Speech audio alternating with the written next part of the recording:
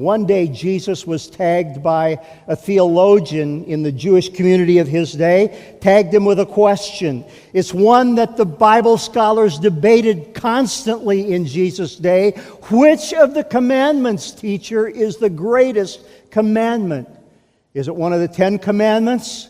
Or counting the rest of the Scriptures, 361 commandments, they'd counted them down to the last one.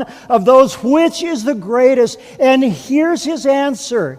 In fact, we today call it the Great Commandment because Jesus answered the question, love the Lord your God with all your heart and all your soul and all your mind and all your strength, and love your neighbor as yourself. There are no commandments more important than these, Jesus said. Nothing in all of the Bible, nothing at all is more important than loving God and loving people.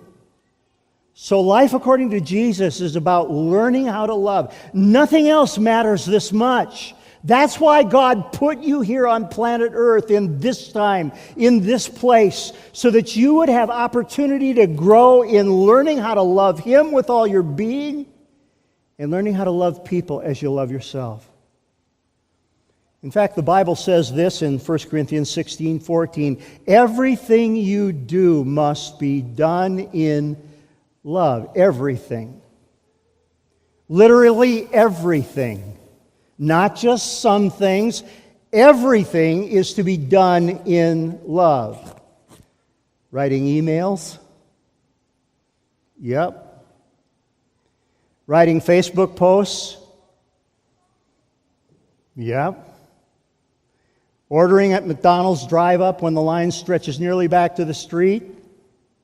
You bet. When someone else intrudes into my parking space? When the neighbor's dog dumps a package in my yard? When someone interrupts me and I've got too much to do and too little time for an interruption? Do it in love. Does that include clerks that are rude in the store? Yes, it does. Does it include when people are irritating and weird? What about when people attack my faith? What about when people disagree with my politics? Yes, everything done in love. I think that would be a great verse for us to memorize before we jump into 40 Days of Love. We're going to get to memorize Bible verses during this time.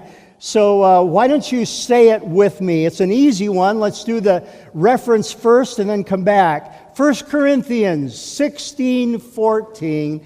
Everything you do must be done with love. Number 3, love is an action, not just an emotion, an action. Understand this. Love is not just attraction. Love is not just an arousal. Love is not just a feeling. Love is something you do. Love is behavior.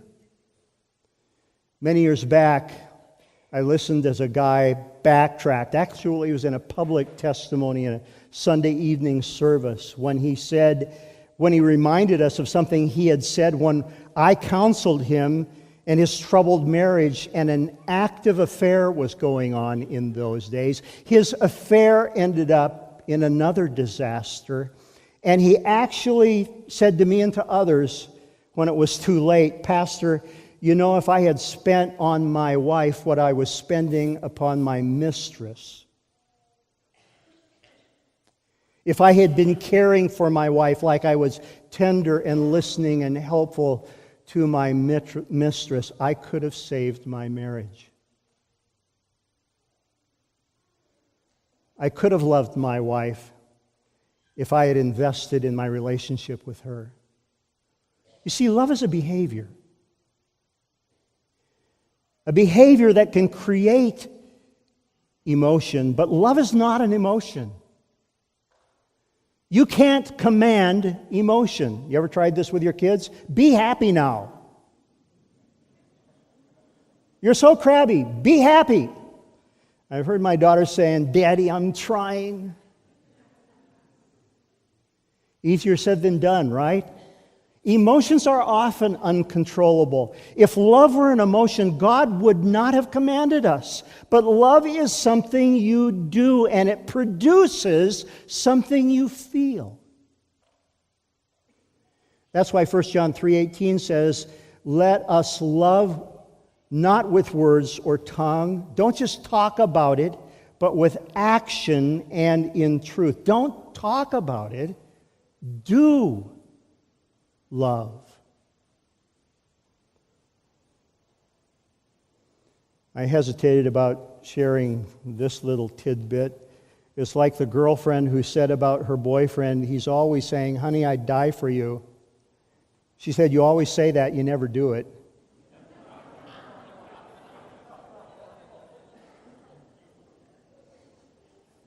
But let me say this. Acting in love when you don't feel it is actually the highest form of love. It's really a more mature love when someone is not responding to you and you treat them well. It's easy to love people who love you back. It's more mature love when you love people who don't deserve it or who don't respond to you. It's a greater love when you don't feel it, but choose to do it. Any parent can see this. Just think, parents. When my kids were infants, they didn't seem to care how much sleep I got. They weren't very caring to me at all. They had a need, and loving them, I got up. Usually it was Harriet got up. A few times I got up.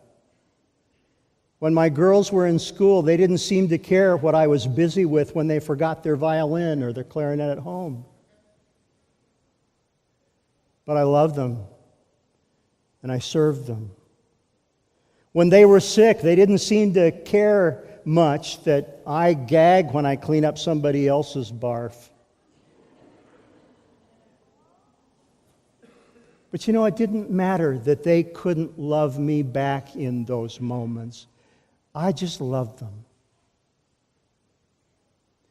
When you're patient with a fellow worker who is irritable, when you're dealing with a clerk who's being a jerk, when everything inside of you wants to yell back at the guy who's yelling at you, but you treat them with kindness and politeness and care, I tell you, that's a better love. It's a better love when they don't deserve it, but it's what they need. Does that make sense?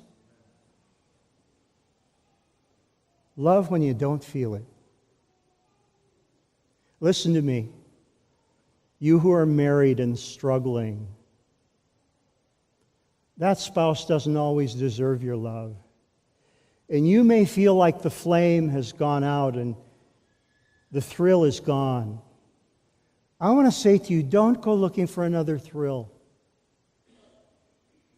Because you can be really deceived really quickly about love. Start doing the hard work of love, and the feelings will return. Feelings follow behavior. If you say, "I wait till I feel romantic to be romantic," it'll never happen. But if you do the work of love, the feelings will follow. And in those moments when I don't feel loving, God has actually presented me with a test. And in this test, God is saying, are you going to learn to love me and love people when you don't feel like it? Can you learn a better love, Steve? I'm working with you here. Will you work with me, Steve, and learn a better love? And all the way through the Bible, we know God doesn't want you living by feelings. He wants you living by faith. And so sometimes He lets the feelings go away so that you learn to live by faith in His solid word, in His solid promises. You act your way into a feeling. It doesn't work the other way around. You don't wait for feeling it. So during 40 days, we're going to have some practical assignments for you to do, because you don't learn by listening to a sermon. I probably shouldn't say that. But you don't learn by listening to someone talk. You don't learn by just reading a book. You don't really learn by just showing up at a small group for a discussion. Those are all helpful, but you learn to love by practicing it, by doing it. Get it?